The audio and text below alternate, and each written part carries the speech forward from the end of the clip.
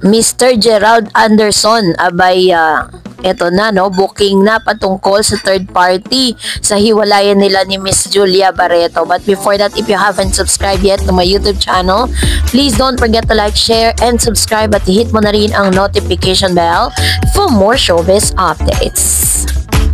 Bago tayo of course magpatuloy sa ating updates for today's video, nais kong pasalamatan kayo for always watching and trusting this channel. Thank you so much sa inyong palagiang panonood at palagiang pagsubaybay sa mga updates po natin. Maraming salamat po. At ngayong araw, bago tayo magsimula, panoorin natin ang video clip na ito. Miyembro ng Philippine team. Ay, grabe. Oo. May pangalan mo. Ang gandang babae mo. Napakaganda, napaka-sexy. 2024 pa, nanonood na si Gerald. Nagselos daw si Julia. Basta hanggat hindi po nagsasalita si Julia at sasang-ayunan yung sinabi ni Gerald na they're still together, hindi po talaga mamamatay-matay itong issue na ito. Kailangan talaga may linawin, diretsuhin para matapos na itong usaping ito. Para hindi na rin nadadamay si Vanny Gandler. Naku, eto na nga. Kumalat. Paulit-ulit mang sinasabi ni Mr. Gerald Anderson ang patungkol na sila po ay in good terms nitong si Julia Barreto, pero hindi ito kayang paniwalaan or hindi kaya na talagang sakyan ng ilang mga Gerald fans, no? Yung mga fans ni Gerald Anderson and Miss Julia Barreto. Lalo na syempre po, marami pa rin talaga ang nag-aantay sa magiging statement ni Miss Julia, no, patungkol dito sa hiwalayan di umano nila. Pero katulad po ng sinasabi ni Gerald that they are really okay at maayos ang kanilang relasyon, pero hindi daw di umano yun ang nakikita ng ilang mga netizen. Kasi meron pong isang lumutang na pangalan na nalilink ngayon dito po kay Mr. Gerald Anderson na hinihinala na siya ang dahilan kung bakit po nagkakaroon or on the rock yung relationship ni Mr. Gerald Anderson and Julia Barreto.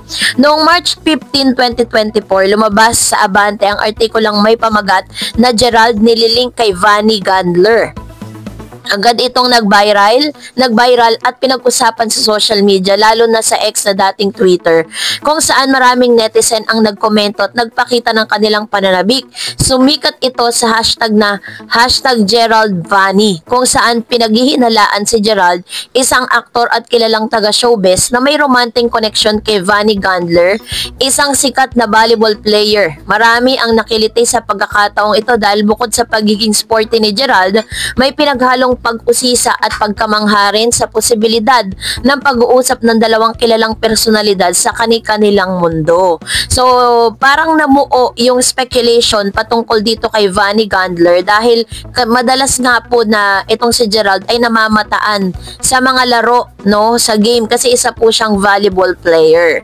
So, para lang po sa inyo pong kaalaman, no, si Gerald po ay tanyag si Gerald bilang isang aktor sa industriya ng pelikula at telebisyon. Subalit bukod dito, kilalang-kilala rin siya sa kanyang pagiging aktibo sa sports, katulad ni Richard Gomez, isang dating aktor na naging politiko na kilala rin sa larangan ng sports. Sportsmania, kung mayroon ng aktor sa showbiz na mayahalin tulad kay Richard Gomez, maaaring si Gerald ang katapat sa kasalukuyan. Batay sa sinasabing pinaka-sporty sa lahat ng mga artista ngayon mula sa Abante, makikita ang pagsisikap ni Gerald na panatiling malusog ang katawan, interesado sa sports activities at may inklinasyon sa maliliit o medium level sports event at causes.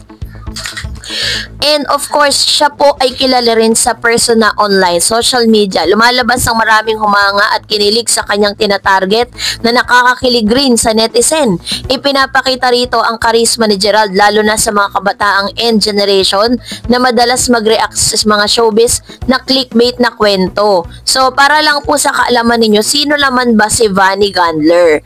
Mula sa impormasyong Wikipedia, ang mga sumusunod ang mahalagang tala tungkol kay Vanny. Una, petsa ng kapanganakan niya is December 5, 2000 at ang kanyang profesyon is professional na volleyball player po siya, and outside hitter yung kanyang posisyon.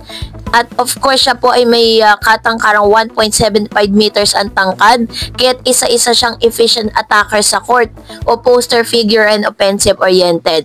Of course, siya po ay nagtapos sa Ateneo de Manila University noong 2023. and UAAP career. Naglaro sila bilang isang Blue Eagles varsity athlete ng Ateneo sa UAAP season 81 hanggang 85. Kaya ng credential ng isang major awards winner, second best outside hitter sa 2022 Volleyball League. Of course, Signal H Spiker simula 2023, sumali siya sa Signal H Spiker sa Premier Volleyball League, isang professional club. Decision ito ay mainit na pinag-usapang skip final year to go pro. So, kilala siya sa kanyang husay, athleticism at sikat sa social media bilang sikat na atleta na Fortune. Balitang malapit sa Ateneo community dahil sa performance ito as the newest sa pag-top up ng Ateneo Volleyball Program.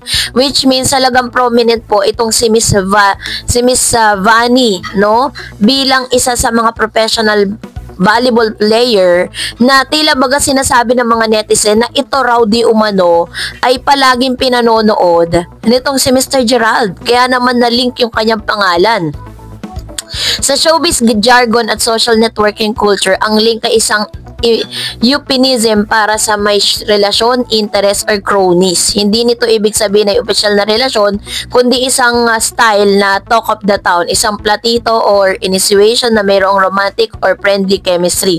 Ginagawang it angle, unang pahiwatig mula sa Abante Expose, kesyo may tinatarget daw agad si Gerald at si Bunny raw yun. So, ganun kasi yung usap-usapan sa social media sa X eh. Kaya talagang yun yung parang iniisip ng ilang mga netizen na talagang ito marahil ang isa sa pinakamalalim na dahilan kung bakit tila baga walang paramdam si Gerald at si Julia sa isa't isa. So, ang caption po ng Abante that time, sinasabi nila na ang dami raw kinilig, ang dami natuwa nung nalik nga si Vanny Gandler, tapos nagpadaloy ito agad ng hype tweet threads, memes at kiniligan sa ilang hours pagkatapos. Sabi ng mga netizen, super unexpected pero ang cute naman ang combo nila.